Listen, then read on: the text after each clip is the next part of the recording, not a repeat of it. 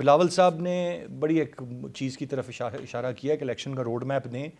वो बंद गली में दाखिल होना वो हम अफोर्ड नहीं कर सकते बाकियों की तरह। क्या इस वक्त सूरत हाल बन रही है कि क्या डाउटफुल है कोई इलेक्शंस को लेकर ताख़ीर नज़र आ रही है, या अब आपको लगता है कि पीपल्स पार्टी ने अपनी सियासत शुरू कर दी? देखिए, इलेक्शन का वक्त तो आ रहा है, तो जाहिर है हर एक ने इलेक्शन लड़ना है, तो ये भांत भांत की आवाज़ें आपको आएंगी। ये नून लीग की तरफ से भी आएंगी, पीपल्स पार्टी की तरफ से भी आएंगी।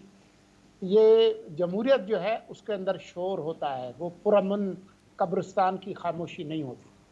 तो इसलिए मुझे इससे कोई परेशानी नहीं होती है। एक दिन बिलावल कहेंगे कि हम बजट का साथ नहीं देंगे। आज उन्होंने जो तकरीर की उसमें जो इसहाक डार साहब और मुस्लिम लीग नून और चार्टर ऑफ डेमोक्रेसी उसके हक में उनकी तारीफ में यारों का यार और वगैरह जो उन्होंने तारीफ की, उसको फिर किस खाते में डालेंगे? तो मैं इसको एक मामूल की सियासी सरगर्मी समझता हूँ।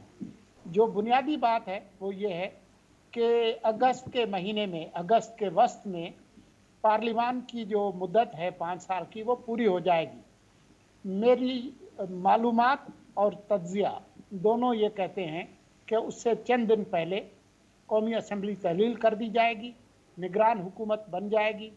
जहाँ तक इंतखाबात का रोड मैप देने की बात है, तो वो बिलावल भुट्टो ने भी देना है और शहबाज शरीफ ने भी देना है।